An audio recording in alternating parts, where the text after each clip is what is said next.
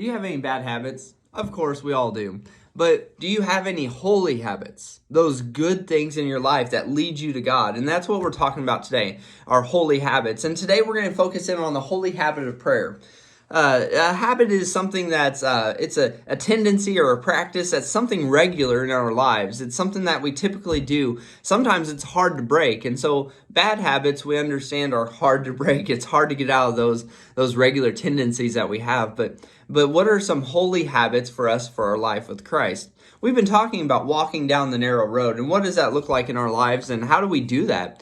The narrow road being following Jesus Christ, that he calls us on the straight and narrow. He calls us from that broad way of living, of doing whatever we want, to a more narrow way of living, a narrow way of conducting ourselves in this world. And he has high expectations, and as he should, as God, as a holy God, he should have high expectations on what he expects from us and how he wants us to live. And so one of those things is that when we're walking on the narrow road, we tend to want to jump off into the ditch because we see a squirrel or we see something we want to do that's maybe unholy, ungodly, and we want to do that. So it's good for us to have some guardrails in our lives. Some guardrails to remind us, don't go over that edge, because it's not good for us to go over that edge. It's not good for us to be there. And so when we have guardrails in our life, that's something that's good to keep us on that path. Well, one of those guardrails is one of those holy habits is prayer. Prayer keeps us connected with God. It keeps us unified with his spirit and with his work going on around us.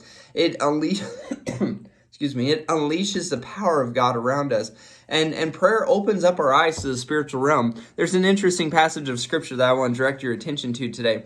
It's 2 Kings chapter 6, and the king of Syria was absolutely frustrated, just bewildered, wondering what is going on. Every time I move my army, it's like the Israelites know where I'm going to go. It's like they know what my next move's going to be. So he calls all of his men together and he says, okay, who's a traitor here?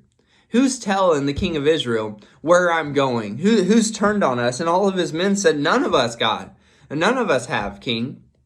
Nobody. But it's Elisha, the prophet, who is in Israel. He tells the king of Israel the words that you speak in your bedroom. At that, the king of Syria is absolutely ticked off, and he's wanting him to go. He's wanting his men to go find him so that he can seize him. They find him. They say, yes, he's in Dothan. So he sends their horses and chariots and a great army, and they come by the night and they surround the city. And so when the servant of Elisha wakes up the next morning and yawns and looks out the window, what does he see? He sees these chariots and horses all around, surrounded. So he goes to Elisha and he says, my master, what shall we do? What shall we do? Look around. And Elisha says something that puzzles his servant. He said, do not be afraid, for those who are with us are more than those who are with them.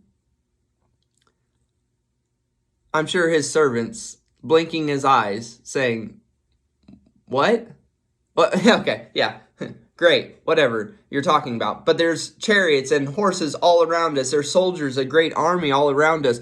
What are we going to do? I know, yes, I'm sure you have great faith, Elisha, great. But how is that going to help us here? And so what Elisha did next is absolutely amazing. And this is exactly what prayer does. It opens our eyes to the spiritual realm. It opens our eyes to what God's doing around us that we have no clue of. And a lot of times we can blame God that you didn't give me what I wanted. You didn't give me what I asked for. You're not acting in my life as I think you should. But God says, come to me. Come to me and seek me. And you will find me. And you will find out what I'm doing around you. And Elisha prayed and said, oh Lord, please open his eyes that he may see. So the Lord opened the eyes of the young man. And he saw, and behold, the mountain was full of horses and chariots of fire all around Elisha.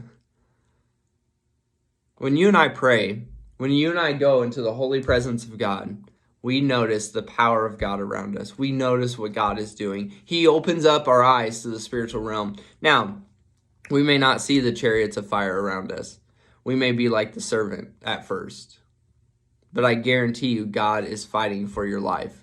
He's fighting for your soul. He's fighting for you in this world. And he's wanting that close, intimate relationship with you. So this week, what I want you to do is I want you to focus on having focused time with God. Just time to step back and say and spend time with God in prayer, talking and listening, conversing with him like you and I would converse together as well. And I hope that you're completely blown away at what God does in your life, the activity that you see all around you, and that those chariots of fire are fighting for your soul. Take care. God bless, and may you have a good week.